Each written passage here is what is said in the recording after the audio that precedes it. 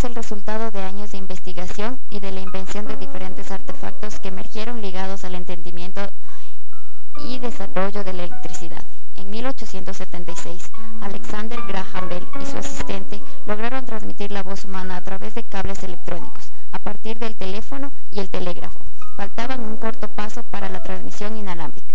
Por aquellos años, en Escocia, James Maxwell elabora una teoría sobre las misteriosas ondas electromagnéticas que viajarían a la velocidad de la luz.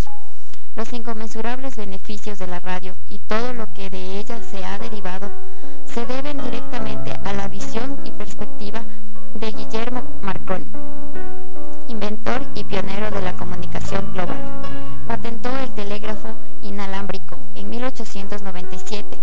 En Inglaterra lo desarrolló cubriendo cada vez mayores distancias.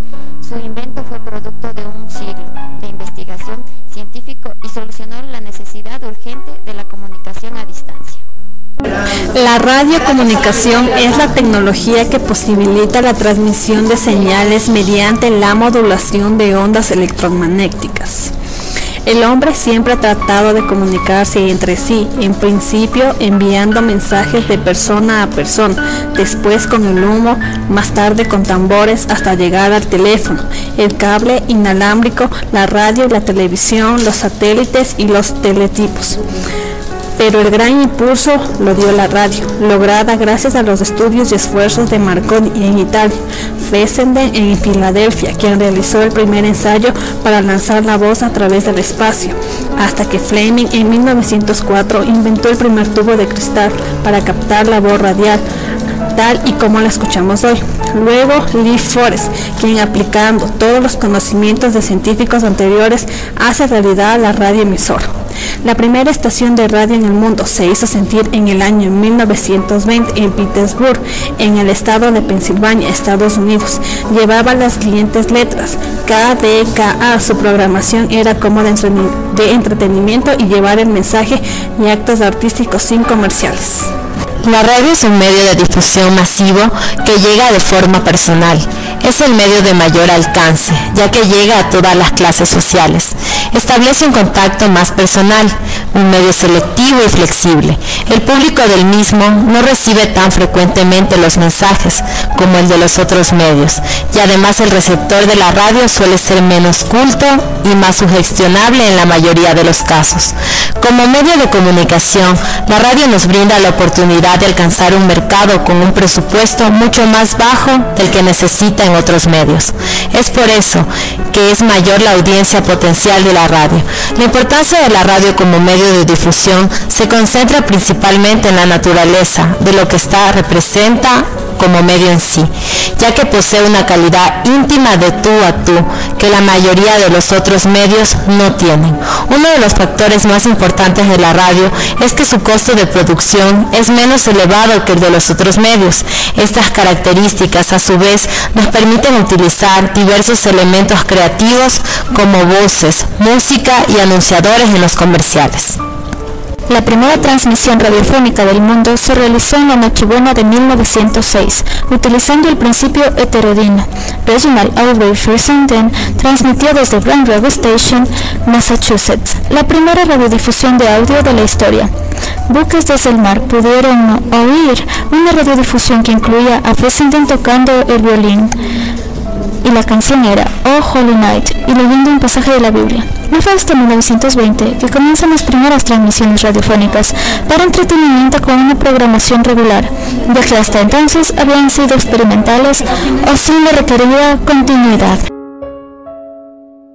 En 1929, el ingeniero Carlos Córdoba Borja, profesional ecuatoriano formado en la Universidad Norteamericana de Yale, fue el encargado de construir, entre otros valiosos aportes para la radiodifusión mundial, los equipos necesarios con los que el 13 de junio de 1929 empieza a funcionar desde una antigua bodega de una fábrica textil la primera emisora ecuatoriana, Radio El Prado, en la ciudad de Riobamba. Las emisiones se realizaban de 21 a 23 horas durante varios días por 5 horas diarias. Para entonces no existían leyes que regularan la radiodifusión actual, únicamente se establecía una identificación. Así, por ejemplo, a Sudamérica se le designaba con la letra S y al Ecuador con la letra E. En 1939, Radio El Prado realizó sus últimas transmisiones cuando sus propietarios deciden radicarse en los Estados Unidos. Quito tiene la primera señal de la radio en HCJB, la voz de los Andes. Los pastores evangélicos propietarios de la emisora logran un permiso de operación por 25 años otorgado por el presidente de la República, el doctor Isidro Ayora. La radio proporciona informaciones que están sometidas a censuras en la mayoría de los países beligerantes. Asimismo, las emisiones extranjeras son muy buscadas por los habitantes de los países en guerra, sobre todo en programas en su misma lengua. Cada estado difunde informaciones en la lengua de sus enemigos para no solo informarlos, sino echar por tierra la moral de la población. Así, de la emisora francesa de Estrasburgo eran emitidas antes de la guerra emisiones en alemán que frecuentemente eran denunciadas por Goebbels, mientras que su escucha en Alemania estaba prohibida. De la emisora de Stuttgart, los alemanes difundían emisiones en lengua francesa. En la campaña de Francia, mayo-junio de 1940, el éxodo de franceses fue magnificado por la radio. El anuncio radiodifundido por el mariscal Pétain el 17 de junio del pedido del armisticio aceleró el desastre. Cuando la mayor parte del continente europeo fue ocupado por los alemanes, escuchar la radio inglesa fue a menudo la primera forma de resistencia. También fue por la radio que más tarde se establecieron los contactos entre los resistentes y las fuerzas aliadas. De esta misma manera, la radio desempeñó un papel en las estrategias mismas. La radio, ante todo, fue una arma psicológica, no solo por sus emisiones de información, sino también por la intoxicación producida a sus adversarios. Ese fue el papel de las radios negras, que ocupaba su lugar para intoxicar a la opinión de los países enemigos. Los ingleses llegaron a ser maestros de la materia con Sephora Dorman, durante mucho tiempo periodistas en Berlín, quien lanzaba una radio secret, como si se tratara de emisiones clandestinas. En la misma Alemania, Emperador tomó la palabra para anunciar la capitulación en 1945.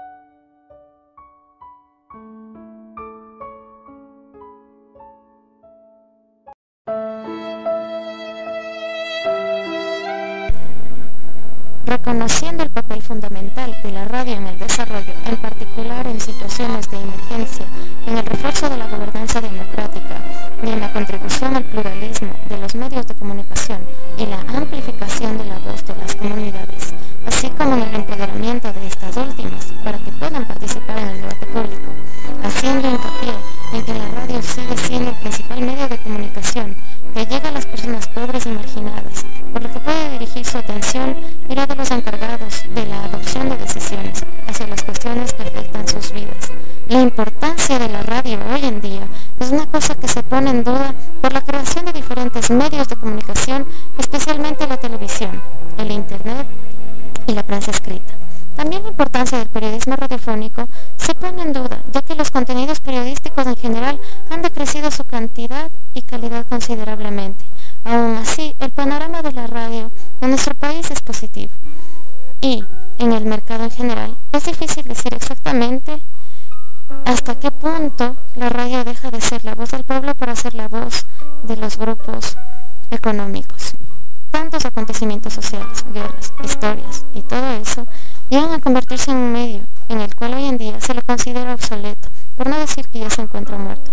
Aún así, siempre lo recordaremos con amor y gratitud, porque gracias a este medio lograron liberarse muchas naciones y otras ideas fueron promovidas con éxito.